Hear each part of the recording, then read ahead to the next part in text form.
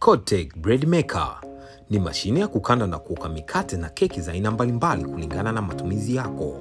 Kotek Bread Maker ina kioo chenye maelekezo 19 na aina ya mkate au keki unayotaka.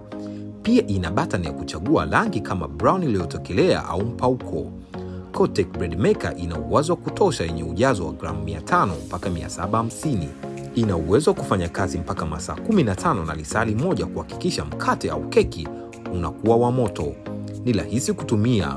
Funua na weka mahitaji yako ya mkate au keki.